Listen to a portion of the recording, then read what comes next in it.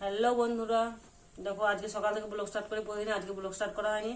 তো শরীরটা খারাপের জন্য শরীর দেখি বুঝতে পারছি যে মুখের অবস্থা, গায়ে হাতের অবস্থা দেখে বুঝতে শরীরটা খুবই খারাপ। তো আজ সকালে আর ব্লগ দিতে পারিনি। তো আজকে বিকেল হয়ে গেছে, এখন বিকেল বাজে প্রায় 5:30 6:30 বাজছিল। তোমার দাদাভাই আবদার যে আমি সিঁড়ি ভাজা খাবো। তো দেখো এখন বেসনগুলো চেলে নিয়েছি, সিঁড়ি ভাজা করবো। দেখো বেসন চেলে নিয়েছি, এতে এটা হচ্ছে চালের গুঁড়িটাকে ঢাল দেওয়া। দেখো টমেটোকে সরিয়ে নিয়েছি,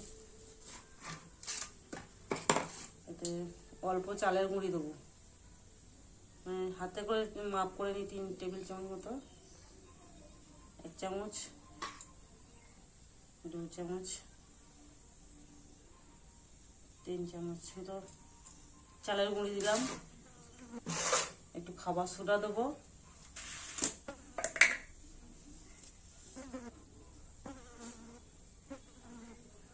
অল্প একটু খাবার সোডা দিচ্ছি, সরিয়ে গেছে ডাকতে একটু। আর এখানে নুন দিচ্ছি পরিমাণ মতো, লবণ, আর রিফাইন অয়েল এটাও দেবো একটু।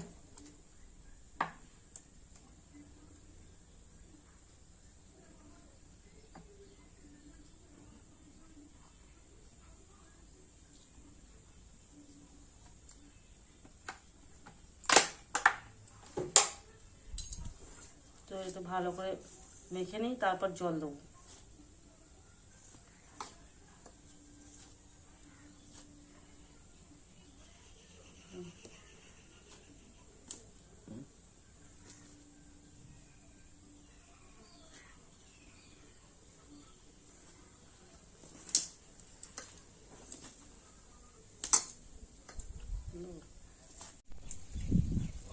দেখো বন্ধুরা, আমার সিঁড়ি ভাজা তৈরি করার জন্য আমার ডোটা রেডি হয়ে গেছে। এখন 15 মিনিট রেস্টে রেখে দেবো, তারপর করবো সিঁড়ি ভাজাটা। আর মধ্যেখানে দুটো জিনিস অ্যাড করি, সেটা হলো একটা কালো জিরে আর একটা হলো গোলমরিচের গুঁড়ো। সেটা তোমাদেরকে দেখাতে পারিনি, দেওয়া হয়ে গেছে, তখন মনে ছিল না যে ক্যামেরাটা করে নিয়ে আসি।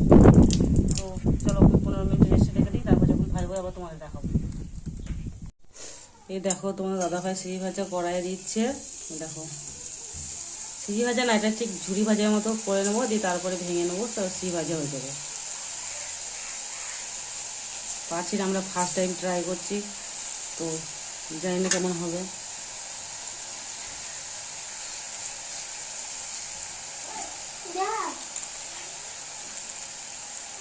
দিন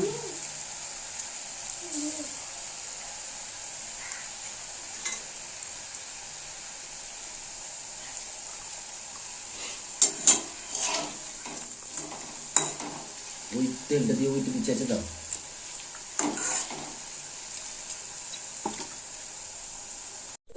তো বন্ধুরা দেখো, দেখো আমার সিঁড়ি ভাজা বলবে যা, সিঁড়ি ভাজা ঝুড়ি ভাজা যা বলবে তাই রেডি হয়ে গেছে। দেখো ফার্স্ট টাইম ট্রাই করছি, কেমন হবে না, তোমরাও পারলে এরকম ট্রাই করে দেখো।